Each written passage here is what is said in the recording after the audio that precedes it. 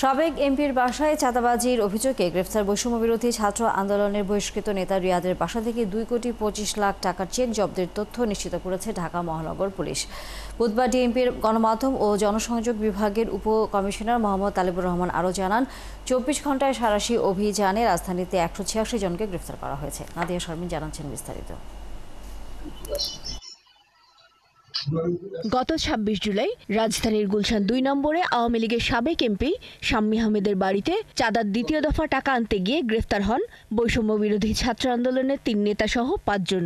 ওই ঘটনায় গুলশান থানায় একটি মামলা হয়। রিমান্ডে নেওয়া হয় বৈষম্য বিরোধী ছাত্র আন্দোলনের বহিষ্কৃত কেন্দ্রীয় নেতা আব্দুর রাজ্জাক বিন সুলাইমান রিয়াদ সহ 4 জনকে।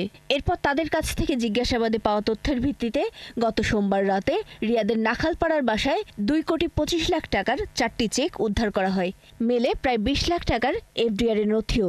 তাদের একজনের বাসা থেকে 2,25,00,000 টাকার একটা চেক উদ্ধার করা হয়েছে এবং এই ঘটনার প্রেক্ষিতে পৃথক একটি মামলা কলাবাগান থানায় প্রক্রিয়াধীন রয়েছে।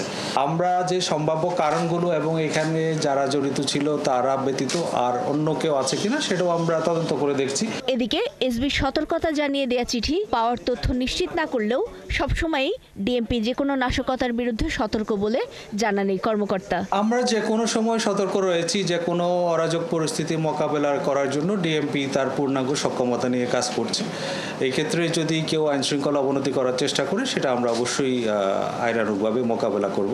এর বাইরে আমাদের যে গোয়েন্দা তথ্য যেগুলো থাকে সেগুলো কাজে লাগিয়ে আমরা আইনশৃঙ্খলা পরিস্থিতি স্বাভাবিক রাখার জন্য চেষ্টা করছি।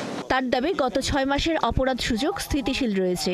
সাম্প্রতিক সময়ে চাঞ্চল্যকর বেশিরভাগ মামলার আসামিদেরও আইনের আওতায় আনা হয়েছে। ঢাকা মহানগরের 50টা থানায় 33টি ডাকাতি, 248টি ছিনতাই, 121টি খুন এবং 1068টি চুরির মামলা রেকর্ড করা হয়। এই হিসাবে যদি আমরা চিন্তা করি, গড়ে ঢাকা মহানগরীতে 20টির মতো খুনের ঘটনা সংঘটিত হয় প্রতি মাসে। সার্বিকভাবে বলতে গেলে ডিএমপির বর্তমান যে আইনশৃঙ্খলা পরিস্থিতি সেটা আমরা স্থিতিশীল আছে বলে মনে করি। রাজধানীতে বিশেষ করে মোহাম্মদপুরে ছিনতাই, মাদক এবং অভ্যাসগত অপরাধের বিরুদ্ধে নিয়মিত অভিযান অব্যাহত আছে বলেও জানান তিনি। ট্রাফিক নিয়ন্ত্রণে নতুন নতুন কৌশল আনা হয়েছে বলেও জানান ডিএমপির এই কর্মকর্তা। চিহ্নিত কোনো অপরাধীকে থানা থেকে ছাড়িয়ে নেওয়ার কোনো সুযোগ নাই, এরকম কোনো ঘটনা ঘটেছে বলে আমার মনে হয়। নাদিয়া শারমিন, 71, ঢাকা।